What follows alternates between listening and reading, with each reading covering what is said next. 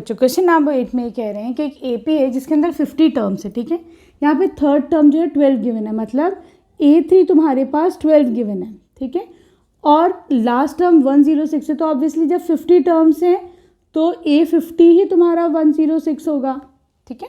तुमको 29th term find out करना है, सही है। तो देखो बच्चों, हमारे पास फॉर्मूला होता है AN = A + N - 1D। हम इस फॉर्मूले में पुट करके यहाँ पे वैल्यूज़ निकालेंगे A और D की। तो देखो A3 कितना हो जाएगा, A + 3 - 1 2D। उसी तरीके से 106 will be equal to A + 50 - 1 49D। ठीक है, क्लियर है। हम दोनों को एलिमिनेट कर देंगे तो 106 is equal to A + 49D है। दूसरा क्या है, 12 is equal to A + 4D। ठीक है, सब्ट्रैक्ट कर लो, माइनस माइनस माइनस लगा दो, ठीक है। ये A से कैंसिल आउट हो जाएगा, ये हो जाएगा 94 इज इक्वल टू 47D। यहाँ से डिवीजन में आ जाएगा तो D will be equal to 2, तो हमारे पास D आ गया, ठीक है। अब किसी भी इक्वेशन में पुट कर दो, सपोज कर लो दिस इज योर इक्वेशन 1, इसमें ही पुट कर दो। तो 12 is equal to A + 2D, D की जगह 2 रख दो, ठीक है।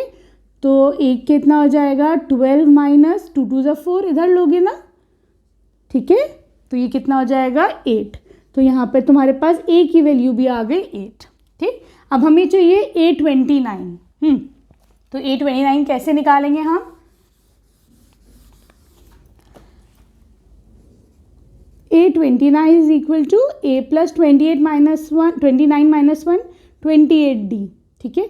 वैल्यूज पुट करो, A कितना आ रहा था तुम्हारे पास, 8 आ रहा था, ठीक है, प्लस 28 इंटू D की वैल्यू कितनी आ रही थी, 2 आ रही थी, ठीक है। तो ये हो जाएगा 8 + 2 8 = 16, 2 2 = 4 5, ठीक है।